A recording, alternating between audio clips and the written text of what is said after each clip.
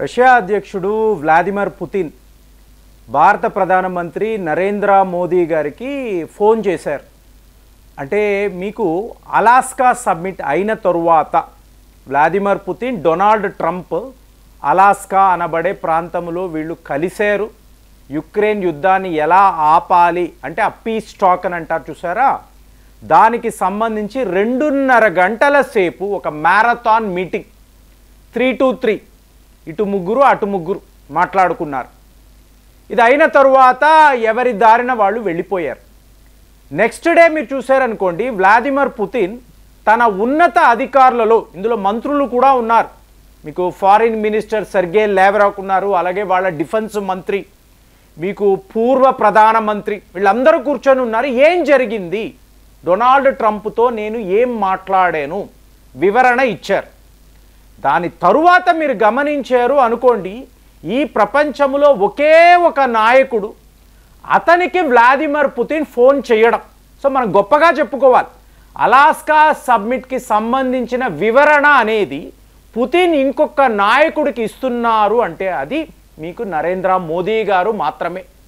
అంటే the times of India అనబడే పత్రికలో వచ్చిన ఒక ఆర్టికల్, అందులో వాళ్ళు క్లియర్గా రాస్తున్నారు, మీరు ఏమి కంగారు పడకండి, మన బైలాటరల్ ట్రేడ్ రష్యన్ ఆయిల్స్ని భారత్ కొనడం యాజ్ ఇట్ ఈస్ కంటిన్యూ చేయండి, అమెరికాను నేను చూసుకుంటాను. అంటే అమెరికాతో వస్తున్న ఈ ప్రాబ్లమ్స్, మరి ఒక పెద్ద దేశము, వాళ్ళతో మనకు చాలా పెద్ద వ్యాపారము ఉంది, నంబర్ 1 ట్రేడ్ పార్ట్నర్. సో అలాంటి ఒక దేశంతో ఇలాంటి కాన్ఫ్లిక్ట్ ఏంటని మనం ఆలోచిస్తాము కదా. సో దానికి ఈయన భరోసా ఇస్తున్నారు, మీరు ఏమీ కంగారు పడక్కర్లేదు, నేను ఉన్నాను. సో ఇప్పుడు ఈ వ్యవహారాన్ని మీరు గమనించారు అనుకోండి, పీటర్ నావరో అని చెప్పి ఈయన వైట్ హౌస్ యొక్క ట్రేడ్ అడ్వైజర్ అండి, చాలా చాలా శక్తివంతమైన వ్యక్తి. సో ఇతను ఏమంటాడు అంటే, ఇంత జరిగిన ఫైనల్గా అమెరికా ఏకంగా 50% భారత్పై టారిఫ్ విధించారు. ఇవాళ అలాస్కాలో వ్లాదిమిర్ పుతిన్ని కలిసి మాట్లాడారు. అయినా కూడా భారత్ యొక్క ఈ ఆయిల్ లాబీ ప్రాఫిటరింగ్. అంటే ఈయనేమంటాడంటే, ఇదేదో భారత ప్రజల కోసము మేము చేస్తున్నాము అని చెప్పి ఈ ప్రభుత్వం చెప్తుంది. అలా కాదండి, ఇది కన్జ్యూమర్స్ కోసము కాదు, ఈ కంపెనీల లాభాల కోసము. ఎలా చెప్తున్నాడు అంటే, ఒక్క రోజుకు గాను భారత్ 10 లక్షల బ్యారల్స్ పర్ డే, 10 లక్షల బ్యారల్స్ వీళ్ళు యూరోప్ యూనియన్, అలాగే ఆసియా ఖండంలో ఎన్నో దేశాలు, ఇవాళ ఆఫ్రికా అనబడే కొత్త మార్కెట్, సో ఇక్కడ వీళ్ళు సరఫరా చేస్తున్నారు. అంటే మీకు రష్యా వద్ద డిస్కౌంటెడ్ ఆయిల్స్ కొని ప్రపంచ దేశాలకు ఇంతంత లాభాలు, ప్రాఫిటరింగ్ అని అంటున్నాడు. కాబట్టి అమెరికా ఏం చేయాలి, ఈ టెక్నాలజీ ట్రాన్స్ఫర్ అంటాం చూసారా, మా డిఫెన్స్ రంగానికి సంబంధించిన ఈ టెక్నాలజీని, అది మీరు జెట్ ఇంజన్స్ అనండి, లేదా మేము వాడుతున్న అత్యుత్తమమైన ఆయుధాలు, వీటికి సంబంధించిన డిఫెన్స్ టెక్నాలజీ మేము భారత్కి ఇవ్వము. అంటే ఇప్పుడు మనం ఇక్కడ వ్యాపారము అని మాట్లాడుతున్నాం. మరి డిఫెన్స్ రంగం ఎక్కడి నుంచి వచ్చిందండి? డిఫెన్స్ రంగంలో మీకు టెక్నాలజీ అన్నప్పుడు రష్యా ఆయిల్స్ ఎక్కడి నుంచి వచ్చింది? కాబట్టి ఇప్పుడు వాళ్ళు డెస్పరేట్గా ఉన్నారు, ఒక ప్యానిక్ సిచ్యువేషన్లో ఉన్నారు. ఉండి మీకు వీళ్ళ ట్రేడ్ అడ్వైజర్ ఏం చెప్తున్నాడు, డిఫెన్స్ టెక్నాలజీకి సంబంధించిన ట్రాన్స్ఫర్ కూడా ఇక మేము చెయ్యము. అంటే భారత్ను ఎన్ని రకాల ఇబ్బంది పెట్టాలో అన్ని రకాల పెడతాము, ఇది ఇతని వాదన. కానీ మనం ఎక్కడైనా తగ్గుతున్నామా అంటే ఇదే వీళ్ళ బాధ. ఎక్కడా కూడా అమెరికా టర్మ్స్లోకి మనము రావడం లేదండి, ఇదే వీళ్ళ బాధ. ఇక్కడ ఏమైందంటే, అమెరికా యొక్క ఈ కుట్రను మనం డైరెక్ట్గా ప్రపంచ దేశాలకు ఎక్స్పోజ్ చేస్తున్నాం, ఇదే వీళ్ళ ప్రాబ్లం.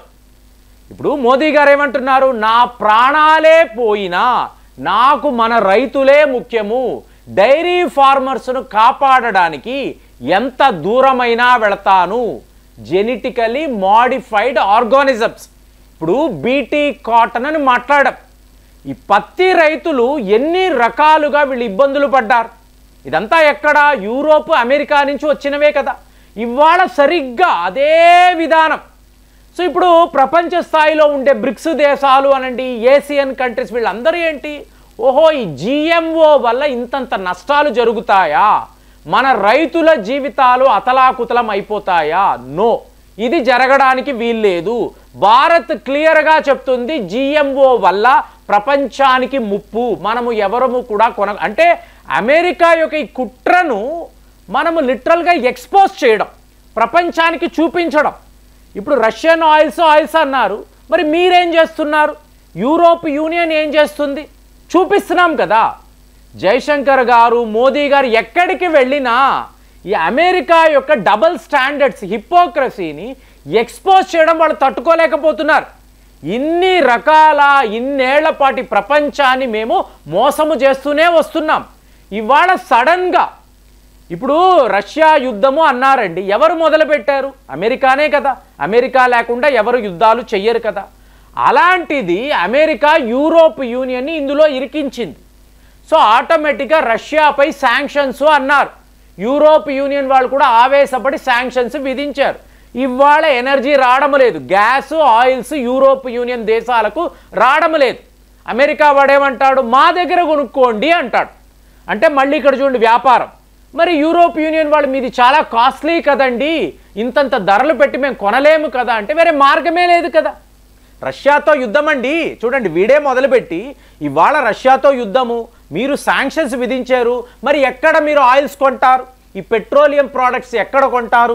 మా వద్దే కదా కొనాలి, వేరే మార్గమే లేదు కదా. చైనా వాడిదంతా కూడా డంపింగ్ స్ట్రాటజీ అని మీరే చెప్తున్నారు కదా, వేరే ఆప్షనే లేదు కదా అంటున్నప్పుడు సడన్గా భారత్ అనబడే దేశం వీళ్ళు అందులోకి ఆ మార్కెట్లోకి జంప్ అయ్యి మేము రష్యా వద్ద డిస్కౌంటెడ్ ఆయిల్స్ కొంటాము, మా ప్రోడక్ట్స్ అంతా కూడా యూరోప్ యూనియన్లో అమ్ముతాము, చవక ధరకు అమ్ముతాము, క్వాలిటీగా మీకు ఇస్తాము అన్నప్పుడు అమెరికా వాడికి ఎలా ఉంటుంది? సో తిక్క రేగుతుంది. ఇవాళ అదే, నువ్వు మా మార్కెట్లో వచ్చి మేము చేస్తున్న మోసాలను ఇలా ఎక్స్పోజ్ చేస్తే ఎలాగా? యూరోప్ యూనియన్ వాళ్ళు అలర్ట్ అయిపోయారు, ఇప్పుడు మా వద్ద కాదు నీ దగ్గర కొంటున్నారు, ఇది తప్పు కదా, మా కంపెనీస్ నష్టపోతున్నాయి కదా, కాబట్టి నీ మీద శాంక్షన్స్ విధిస్తాము, టారిఫ్ విధిస్తాము. ఇప్పుడు పుతిన్ గారు మోదీ గారికి ఫోన్ చేశారండి, ఆయన ఏం చెప్తారు? డొనాల్డ్ ట్రంప్ నేను కన్విన్స్ చేసేసాను, మా రష్యాపై ఉండే 20,000 శాంక్షన్స్ కూడా ఏదో ఒక రకంగా వెళ్ళిపోతుంది, ఈ యుక్రెయిన్ యుద్ధము కూడా ఆగిపోతుంది, మీకు ఎక్కడా ఇబ్బంది అంటే ఏంటి?